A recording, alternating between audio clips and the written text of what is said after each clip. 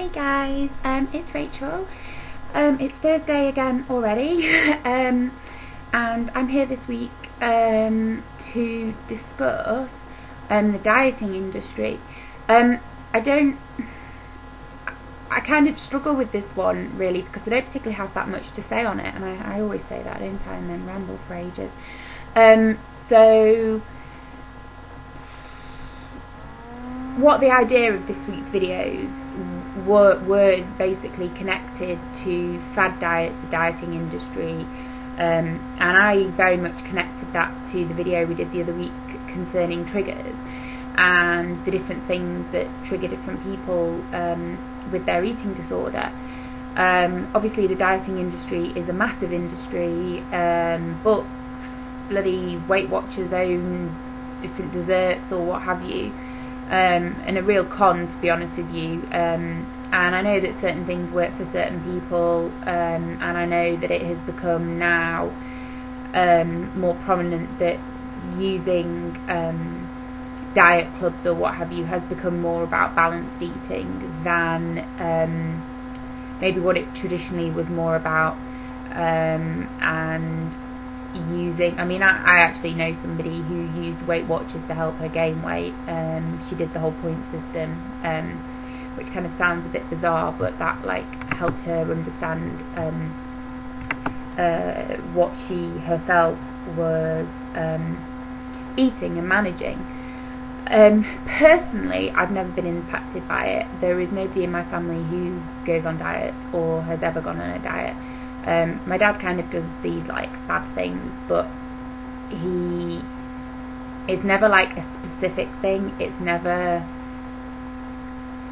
been a certain thing that he's done. I've had friends do Atkins, Weight Watchers, Slimming World, the whole lot, and I'm not, and half the time it doesn't work. And what you find is that sometimes for people it can work, and some people can use it and benefit from it, and moderate what they're having and actually maintain that. But I also know a lot of people who go too far, can't maintain it and go back up. I also know people who unknowingly have put themselves at quite a lot of risk by doing things like the Atkins diet, with little medical knowledge of what they're doing to themselves. I had a friend who did that, and it was her partner's, mum, who was a nurse, who was like, do you realise how potentially damaging this can be for you? So that is an issue for me when it comes to diet, is that if you're directing these things at people who are not educated, when we go through an eating disorder, we become very educated on what food is, what's in it, what it is made up of, the proteins, the carbs, and what have you. A lot of people with eating disorders work within the food industry, whether it's nutrition, dietitian, that type of thing. And I don't know many people with an eating disorder who don't now know what healthy eating is. A lot of people are brought up in environments where they've never been taught what healthy eating is particularly, and that becomes an education for them if they develop an eating disorder and need to kind of learn how to eat properly. My family was always about healthy eating. It was always a positive thing. It was always meals. We ate our meals together. We always had breakfast, lunch, dinner and supper. My mum made sure it was all balanced. She made sure we got our fruit, our veg. If we had snacks, that it was all kind of, everything was organic, everything was homemade. And to be honest with you, how I ended up with an eating disorder, I've got no idea, but it had nothing to do with that. With regards to the dieting industry, it was only when I became susceptible to my eating disorder and started to develop anorexic tendencies that those things started to kind of crawl at me a little bit. I don't think there was ever a point when I was like, I want to go to Weight Watchers or what have you. But I certainly kind of, you become, you pick up on everything in your environment. So if it's on television, it's on notice boards, it's in magazines, it's just everywhere. It becomes, when you're in that vulnerable and highly sensitive space, it becomes incredibly difficult to distance yourself from it and to just get some closure from it, really. So So I guess in the way that's why I connect this video to the one we did on triggers, because it's about doing the same thing, and it is about literally walking away from those magazines. There was a post in the Activist Network a few days ago concerning Heat magazine, and they had a list of numerous celebrities, their heights and their weights and what have you, and that is something I first came across when I got ill in like 99, 2000. I remember an article which had like a list of celebrities, and then it had like a chart, and it was like their height and then their weight, and it was kind of all dotted out, and I was kind of like, right, where am I within that? And it did become a tool of comparison, and I kept the article, and I actually was clearing out my wardrobe and going through old journals, and I had like stuff like that ripped out which were in my journal, so it was my way of like comparing myself. And you know, the impact of the pressure to diet and the pressure to be this thing, this like commodity, this bargaining tool, this thing that isn't about a person but is about how the person looks, is incredibly overwhelming. And I think that whilst I can't talk personally because I've never done Weight Watchers, I've never done Slimming World, I've never done any of them, so I can't actually talk personally about them. But what I feel and the feedback I get is that yeah, it can maybe teach you how to eat more healthily or in a balanced way, so that you're losing weight in a gradual way in which is healthy, and hopefully that it's not going to take you too far. But it's like, you don't have to have an eating disorder or a diagnosable eating disorder to use eating to deal with your emotions. And a lot of people comfort eat, or people don't eat when they become anxious or they're tired or they're stressed or what have you.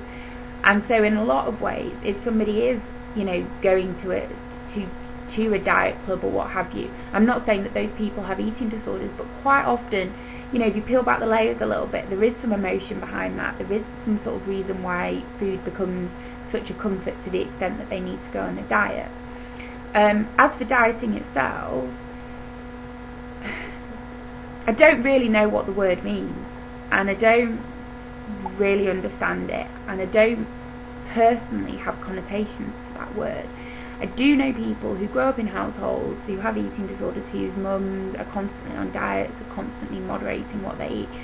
My mum isn't one of those people, and the only people who I know who diet are some of the girls I grew up with, and I see how difficult that is really, because it's kind of, oh god, I start fat club in the morning, and I don't know whether it does help. I don't know whether it kind of lowers their self-esteem more because they're not achieving, or I think there has to be more than that, and I think it has to be more about education. And there are people who maybe, for whatever reason, are carrying extra weight that they do not want to shed. The most common one is baby weight, and you know, having had a baby, wanting to lose the weight and get back to a normal weight. But I think that we also have to be patient with our bodies, and I think that we have to be honest with ourselves. And rather than just like diving into the latest diet, I don't even know what the latest diet is. I was in Waterstones today looking at books, and there was something, I don't even know what it was called, but it was the something diet, and I just thought, you know, it's another fad. You know, Atkins, and you know, they all come along, and it's like, you know, bloody what's his name, Paul McKenna, Eat Yourself Thin, or whatever it is that the book he has, all of this stuff, and it's just like targeted, and it's just, I would be interested to know whether any of them actually did help people. And what I would more likely suggest to people is to try and address the emotional reasons they're using food, and if it doesn't have anything to do with food and it's to do with purely you're carrying weight which you don't want to, look at your diet, look at whether you're eating healthily or not. If you don't know whether you're eating healthily enough to take advice from that, but I don't think necessarily joining a diet club is going to do that. Maybe it will, maybe meeting some people and sharing that kind of experience of trying to lose weight and try to get healthy is a positive thing. But with no experience, and with nobody close to me having experience, it's very difficult for me to talk on this subject. in connection to eating disorders, there is obviously a distinction between being on a diet and an eating disorder. However, a lot of people can start on a diet and it develops into an eating disorder. Doesn't happen to everybody, but I do think that, and from seeing my friends, the more of them the ones who diet after diet after diet after diet, the years that pass, the more it does become kind of eating disordered, because it becomes like an obsession in itself, and it becomes something they feel they have to do. It doesn't feel like something they're choosing to do. It feels like they have to do it to make themselves feel better about themselves. My body isn't acceptable as it is. I need to lose this weight, and I need to get to this healthy weight. Whilst I appreciate that in the same way when we gain weight and maybe lose weight to be healthy, and it's good to be in that healthy bracket, it's okay not to be, and it's okay to be under it even, you know, if you're naturally very thin, and it's okay to be over it, because what matters to me and what I want you to take from this video is what you're doing with food, regardless of your weight. If you are trying to understand how to eat healthily, are doing it in a way which isn't about cutting out carbs or cutting out fat or what have you, you need to do it in a way that is going to help you, that's going to educate you, and it needs to be something you can do over a period of time, because to be honest with you, yo-yo dieting and the weight shifting up and down, up and down, up and down, up and down, you're just fucking up your body. And in that way it's comparable to an eating disorder, because of possible damage that you're doing to yourself, because you're just like, your weight is all over the place and it's going to mess with your metabolism and all the rest of it. So my kind of advice is that if you are struggling with your eating disorder, or you're susceptible to it, or you're sick of hearing about all these diets, is to try and let it go over you, because there are things that I fight for. I've just done quite a long article on the Super Size Super Skinny show, which I feel very passionate about, and there are people out there who are fighting sort of the side of cause, you know, I'm fighting that cause really, and different people are fighting the kind of dieting industry, but that's kind of my take on it really, and my advice, it is to let it kind of just, because most of it is made up, and I don't particularly think they have huge success rates, because the people who I know who are on diets go on and off them, and if, to me, if it was about changing how they eat healthily and stuff, that would maintain where they are, and they would therefore not need to go on a diet, and if they had felt good enough in themselves, they would feel comfortable with what weight they are, what natural weight they are. So yes, that's my feelings on it really. Okay guys, I'm gonna go. Next week will be my last video. I won't be able to make one for the week after, as I'm gonna go on holiday. Yay! So yeah, so I will see you next week, and then probably not the week after, possibly the week after, but I'm away for 2 weeks, so let's see. Oh, and look at my flowers that Tracy got me. How beautiful are they? And Live Love Laugh is from Ariel. So yeah, okay guys, see you next week. Bye.